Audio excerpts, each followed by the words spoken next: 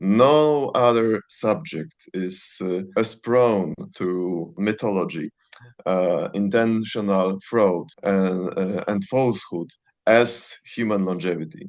Because in the early human settlements, the oldest living person in a village, the village patriarch or matriarch, had obviously been born before anyone else in the neighborhood and in the community. And the individual could easily claim that they are 150 years old or even more. And anyone else, out of mere respect, would need to believe it because there was no chance to prove it. There was no chance to verify it.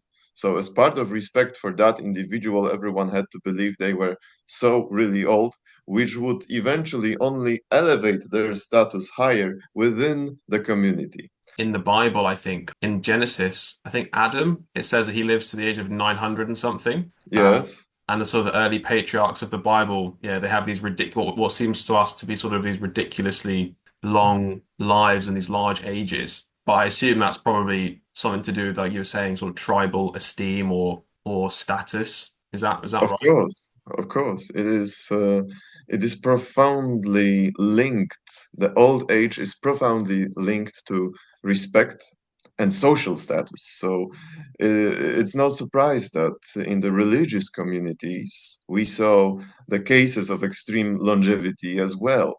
Adam was aged over 900, and there were several instances, several cases of other religious figures who lived to similar age, the highest of who was that of Methuselah, who lived beyond 900 as well. I don't remember how much exactly, but Methuselah was the very oldest of them all. And so the name Methuselah got found its way into the general society, into the modern culture. Methuselah is the name on someone very old, oldest in the community, on someone oldest. Methuselah symbolizes someone oldest within a nation, a community, someone who reached a very esteemed and noble age. So yes, high age makes people notable, and that has been true for centuries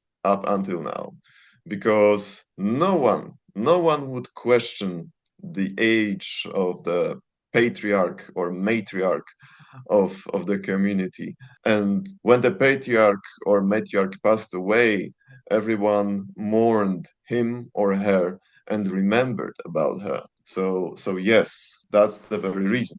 However, since science deals with evidence, it is the role of science to always question such instances, such cases of extreme longevity, and it is our role to validate, it is our role to establish what are the boundaries of human longevity, because only after we have determined what these boundaries are, we can draw correct conclusions. We can always draw some conclusions. However, if we base our research and conclusions on false data, then these conclusions won't be correct.